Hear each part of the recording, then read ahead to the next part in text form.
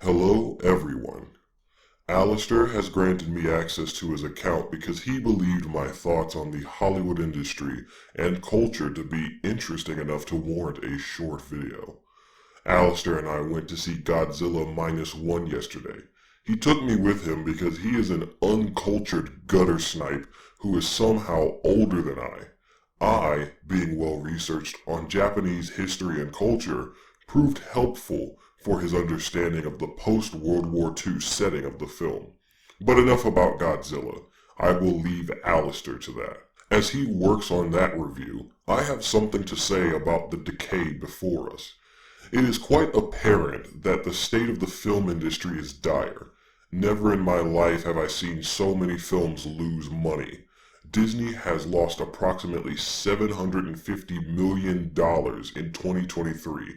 Of the 13 films Disney released, only one made a profit. It made me ponder what I was witnessing. But the answer lies in the first few minutes of the movie-going experience. My race's physiology does not agree with popcorn, but the prices deterred me from even thinking about trying it. My favorite theater snack used to be a box of Reese's Pieces and a bottle of water, but I refuse to pay $5 for a box when the drugstore across the street sells them for $2 each. Next, you sit down in a theater and are inundated with advertisement after advertisement. We were forced to watch 2 of the same PlayStation commercials, 2 of the same Volkswagen commercials, and 2 of the same Play-Doh commercials.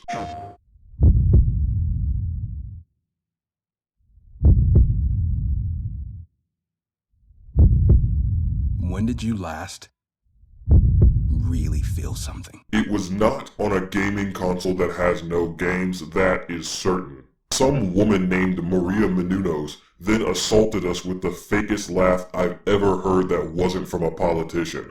I asked Alastor if this woman was a significant celebrity to you humans, but he told me, and I quote, "I only ever see her in movie theaters and at gas station pumps. I have no fucking clue who this woman is and how she got famous." Then the trailers started rolling, and in the midst of the trailers, we got more advertisements for streaming services, Disney World family discounts, and theater subscription services. I looked at my system time and it was 12:49 by the time the opening credits began for the actual film. Our show time was 12:35, nearly 15 minutes of product placement clamoring for our hard-earned money. Fortunately, the film was good because now I understand why Alastor is always unhinged when he exits the theater after a bad movie. The Marvels nearly broke that man. Hollywood expects people to hand over nearly $30 per head for absolute tripe. And in these troubling economic times, people are less inclined to hand over money for bad or even subpar products, especially for a multimedia series that has degenerated into a series of films that only serve to advertise the next film or TV show. They are now using movies and TV shows to advertise movies and TV shows. The talking heads of the press want to blame this poor performance on everything. Superhero fatigue, audience complacency, film crew strikes, misogyny and sexism, lack of marketing, or any combination of these flavors. But we should use Occam's razor to reveal the truth. These movies are bad and word of mouth is bad. People don't have the disposable income to waste on a bad movie anymore, especially with the streaming services available that many people are already paying monthly for. It's much cheaper for a family of 5 to wait for a film to be uploaded to Disney Plus, pop 2 bags of microwave popcorn and sit on their couches. Another reality that these production companies must face is that a film cannot make it to $1 billion without people seeing it multiple times. We went to see Joker a few years back, and while I thought it was good, Alastor was enamored with it and proceeded to watch it in theaters 4 times. And he wasn't the only one. Joker made a little over $1 billion on a $70 million budget. However, when a film is bad, people are less likely to partake in multiple viewings.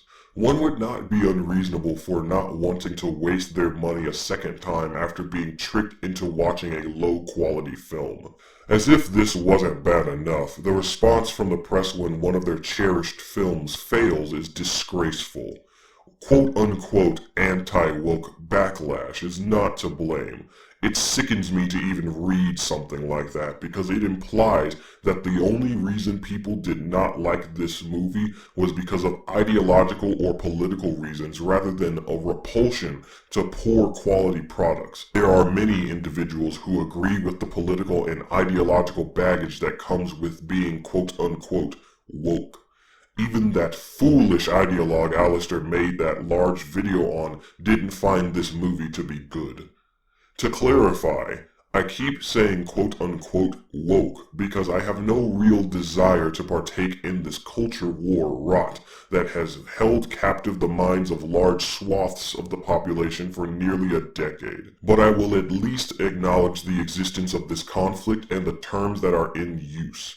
The strange amnesia these people experience when it comes to film is odd as well. Misogyny killed the Marvels, yet Wonder Woman remained unscathed, and the prequel Captain Marvel made $1 billion? The actors' strike hurt the Marvels, but Barbie and Oppenheimer stood tall. I sense bad faith in your arguments. If the subject matter you are defending requires bad faith to protect, then it is probably not worth defending.